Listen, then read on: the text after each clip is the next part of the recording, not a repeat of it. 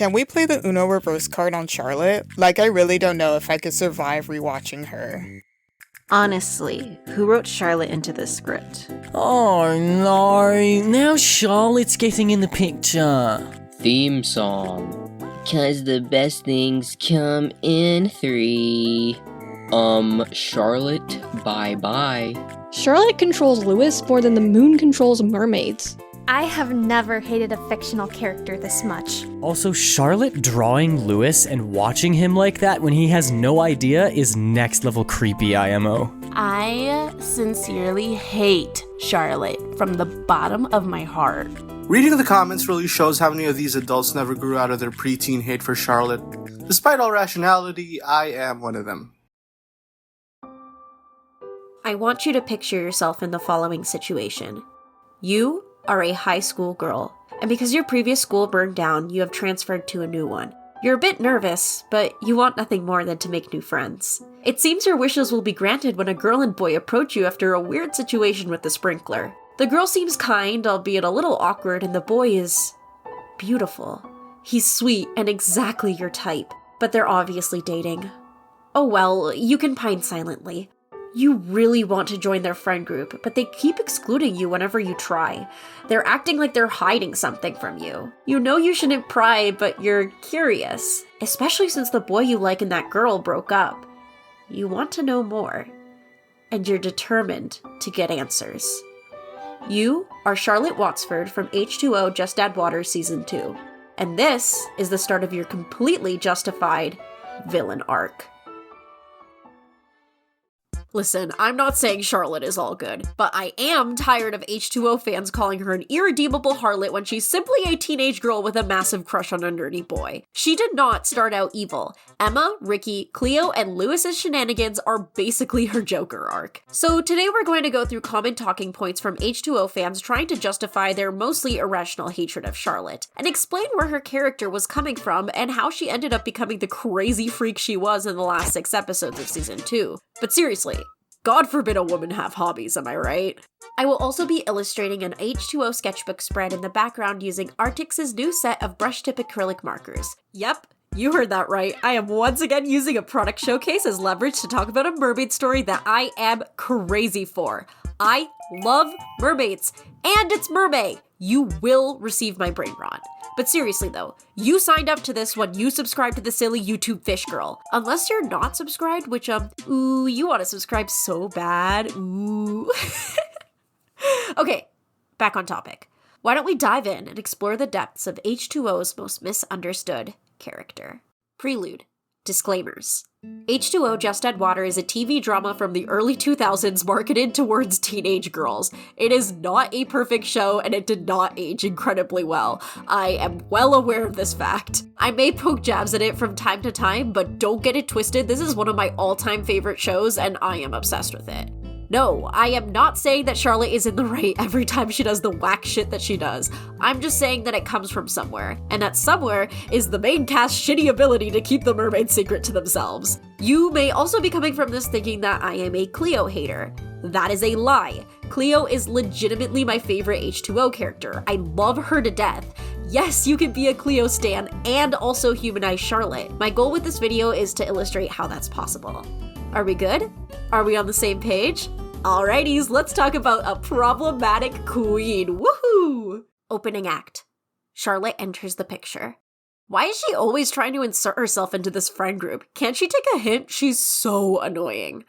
I'm gonna be so real with y'all, the Charlotte hate from episodes 2 through 9 is completely unwarranted. I can understand hating her when she starts dating Lewis, and we'll get into why in a bit. But when we're first introduced to her, she is simply a teenager with a crush. She might be pushy and stubborn, but you could honestly say the same for a well-loved character like Ricky. It also doesn't help that Cleo broke up with Lewis begrudgingly. It was very clear from the start that she still loved him, and Lewis was always willing to restart the relationship. But because of that shit communication between them, Lewis is constantly under the impression that Cleo has moved on and that he should respect that by taking an interest in Charlotte. It's this rocky dynamic between Cleo and Lewis in the post-breakup episodes that leads Cleo to take out her frustration on Charlotte. Let's take episode 3 for example.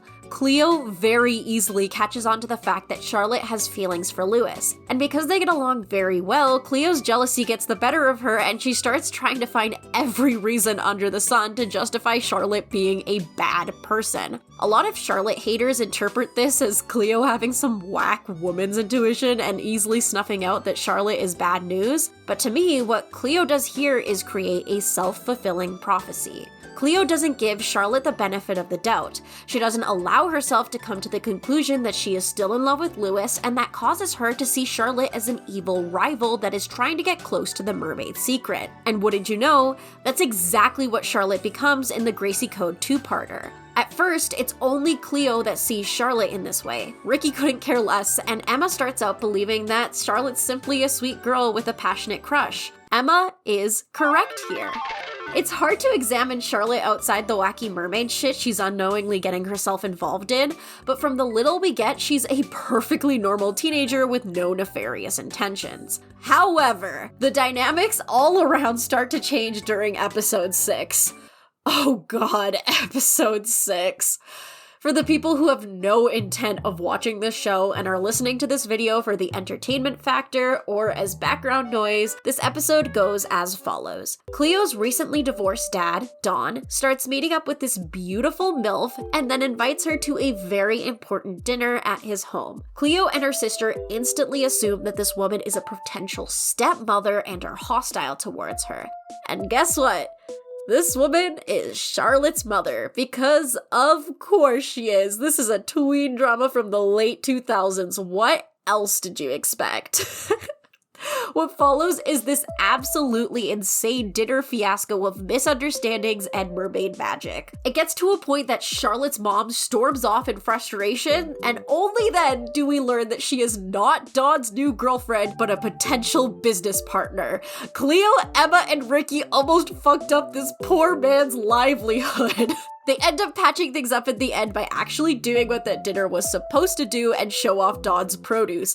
It all works out in the end. Yippee! Wahoo! Roll credits! We gotta stick together, 'cause the best things come in 3. Guys, this episode is a nightmare for me to watch. Usually during my yearly marathons of H2O, I skip it entirely. Unfortunately, for the purposes of this video, it is essential to look into because so much happens to change the dynamic between Charlotte and the other characters. The whole dinner fiasco is what really sets Cleo and Charlotte's intense rivalry into full gear. It's the episode where the two of them realize that they will simply never get along. There's also this really interesting scene where Charlotte genuinely asks Cleo for her blessing to pursue Lewis. Cleo unfortunately doesn't end up answering honestly due to how stressed she is at the possibility of Charlotte becoming her stepsister, but the fact that Charlotte asks at all shows that she does value Cleo's perspective, at least in the first few episodes. It's only after this whole nightmare dinner that Charlotte begins pushing Lewis away from his mermaid friends. Yes, Charlotte is pushy. Yes, she is constantly coming up with reasons to hang out with Lewis and have him to herself. But from her perspective, Emma, Ricky, and especially Cleo are toxic friends that don't deserve Lewis. On top of that, Lewis never tells Charlotte just how important his friendship is with these girls until much later on in the season. He does this because he fears that she'll get close to the mermaid's secret, but it creates all these weird gaps in logic that Charlotte simply cannot wrap her head around. It's such an unfortunate situation because Lewis genuinely wants to be friends with Charlotte. They have a lot in common and she validates him in a way the girls don't do in these post-breakup episodes. It's perfectly understandable for him to want to spend time with her. Emma, Ricky, and Cleo pick up on that, but because of their stubbornness, they never take the time to communicate their feelings properly to him. And this is what leads Lewis to begin dating Charlotte for real. Conflict arises. The dating arc. God, Charlotte really forced Lewis to be with her. Can't she see that he doesn't like her back? She's always pushing him to be with her when his friends are in trouble. Ugh, it's so toxic. I am not going to argue that Charlotte is the perfect girlfriend because she is most clearly not. She's constantly monopolizing Lewis's time, antagonizing his friends to his face, and goading him with phrases like, "Don't you love me?" Basically forcing Lewis to make a choice between his friends or his girlfriend. They are in an unhealthy relationship, don't get me wrong, but the reason why we are constantly siding against her as the viewer is because we get to see the full picture of what's going on every episode while Charlotte is being strung along completely in the dark. And when you don't know the truth, when you're constantly being thrown for a loop, your mind starts to make wild conclusions. If you were to watch these episodes fully from Charlotte's perspective, cutting out the scenes where she is off screen, you get a very different picture of what's going on. Let's take episode 12 for example, Fish Fever. Lewis invites Charlotte out for a date, and even though it's not the most romantic thing ever, it's fucking SeaWorld, man. Oof. He has everything planned and he says it's going to be a good time. But the literal moment she goes to the bathroom, boom, Lewis escapes. And he leaves Charlotte's bag out in the open just ripe for snatching. Bro, what if she had valuables in there? Hello? And when Charlotte gets out, who's there in place of him? Cleo. And she has the audacity to say, maybe he abandoned you, girl. And then, Cleo basically leads Charlotte on a wild goose chase for Lewis. She spends the rest of her day at the marine park running around like a chicken with its head cut off trying to figure out where he's gone. The first time she calls Lewis's phone, Cleo picks up. And then when Lewis actually answers, he lies about being on the volcano ride and does the age-old phone trick of, oh no, I'm cutting out. And finally, when she is about to leave, she runs into Cleo one last time. Charlotte is fed up and runs off. Her date officially ruined. But we don't see it that way because we as the viewer understand that on the other end of these wild phone calls and diversions, Emma is in genuine danger. But seriously, if Charlotte came up to me and told me, okay, so my boyfriend took me out on a date, but the moment I left to take a shit, he ditched me. So I spent the rest of my day looking for him, and instead I run into his ex multiple times, and she leads me all around the park looking for him to no avail. And then when I finally get a hold of my boyfriend on the phone, he hangs up on me almost instantly. I ended up leaving that park alone. I would straight up reply with, girl, that's bullying. His ex is bullying you. Also, dump your boyfriend. He sounds like he sucks. We are made to hate Charlotte because we know the full picture. When she turns off Lewis's phone at the beach, we are mad because we know that on the other end of the line, Cleo and Emma are stressed about Zane roping them into some sketchy treasure hunt. When she invites herself to the camping trip, we are baffled because we know that night is a full moon, and Lewis only roped himself into this trip to keep the mermaids from going ballistic in front of Cleo's family. We are mad at Charlotte when she gets suspicious of Cleo and Lewis going out alone to catch bait, and she has the right to be suspicious because she can tell that Cleo still has feelings for him. Yes, Charlotte is selfishly pushing Cleo away. Yes, it's shitty.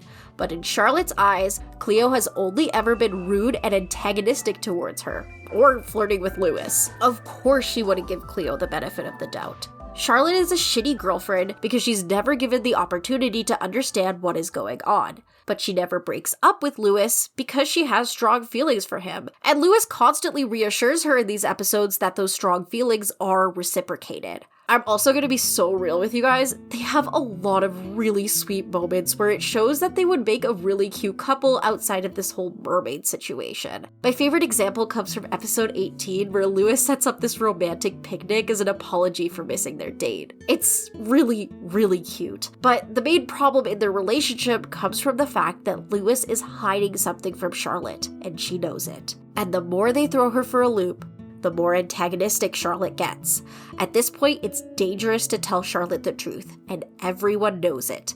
Things continue to get messier and messier until Charlotte finally cracks, and we get to the point of no return, discovering the secret. Charlotte has no respect for boundaries. She's a terrible person who will do anything to get her way. Her actions in these episodes are unforgivable. You know what? You are totally right here. The Gracie Code is where Charlotte does actually become a genuine problem. Like, if you hate her in these episodes, I get it. I promise, I get it. She breaks into Cleo's house, steals her shit, stalks Lewis to get a hold of Max, and finds out the mermaid secret. It's absolutely unhinged behavior. In the last stretch of H2O, Charlotte is legitimately a bad person.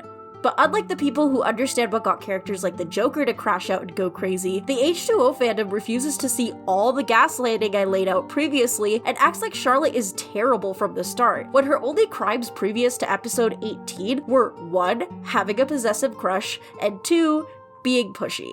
And you know why we see Charlotte as a shitty person from day one? You wanna know why? This is gonna make me sound like a woke little snowflake, but guys, it's fucking misogyny! I'm not even joking here. People will say they want complicated, morally gray female characters when they can't even handle Charlotte Watsford from fucking H2O Just Add Water. Let's be so for real here. Charlotte Watsford is a teenage girl. Teenage girls are so damn messy, you guys. And that's why I love a series like H2O, because it says, what if we took 3 messy teenage girls and gave them mermaid powers? If there's anything I love in fiction, it's when frivolous teen drama gets blown to crazy proportions through supernatural or otherwise wild means. That is peak entertainment for me. My favorite episodes of H2O ever are the last 5 episodes of season 2, where Charlotte is genuinely a terrible person throughout. Well, okay, she's actually kind of sweet in episode 22, and the 4 of them have this cute little bonding volleyball montage to an awesome late 2000s pop song, but in every other episode she's completely overrun with power and out of control. It's amazing. I live for this drama. I am not here to excuse Charlotte's whack behavior in episodes 22 to 26 like I did with previous episodes. Charlotte does some genuinely terrible things as a mermaid. For example, Charlotte attacks and traumatizes a dolphin, attacks and traumatizes a nincompoop, controls and manipulates Lewis, commits arson, traps Emma and Cleo in a shed, gaslights Lewis on his birthday, isolates Lewis from his core friend group, beats up Cleo and steals her necklace, steals Lewis's phone, beats up Emma, Ricky, and Cleo with wind powers where anyone can see them, causes thousands of dollars of water damage on Emma's home.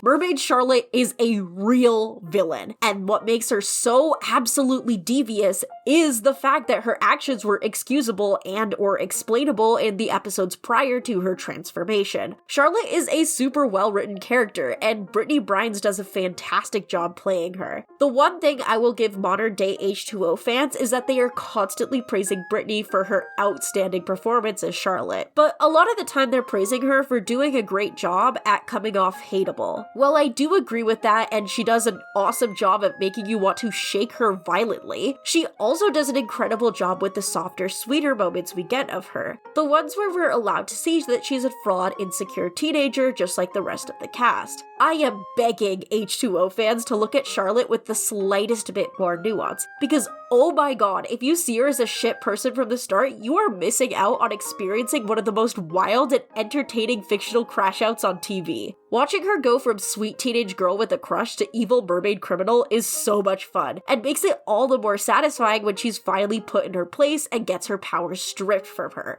Like, if you're an H2O fan, I need you to rewatch this season from Charlotte's perspective right now. Do it. Become her defense lawyer. It is so much fun, I promise. I adore Charlotte. She is what makes season 2 the best season of H2O. Miriam and Sophie wish they had as much depth as Charlotte. What I love so much about Charlotte, which I hopefully illustrated here, is that she's a victim of circumstance turned evil after one too many misunderstandings. Her rivalry with Cleo isn't one-sided for the majority of season 2. Both characters have valid reasons to be antagonistic towards each other. Like I said in the video's disclaimers, Cleo is my favorite character from H2O. She's kind and shy and a little bit awkward, but she has a fiery passion that sometimes ignites her temper. She's the soft-spoken voice of reason between Emma and Ricky, and throughout season 2, she becomes more confident in asserting her feelings. She starts out the season unsure of how to cope with her mermaid powers, and unfortunately that insecurity clashes with Charlotte's tenacity and stubbornness. Charlotte and Cleo have a rivalry that constantly goes back and forth. It isn't until the later episodes that it becomes one-sided bullying on Charlotte's end. That dynamic between Charlotte and Cleo elevates season 2 and makes it my most rewatched season of the show.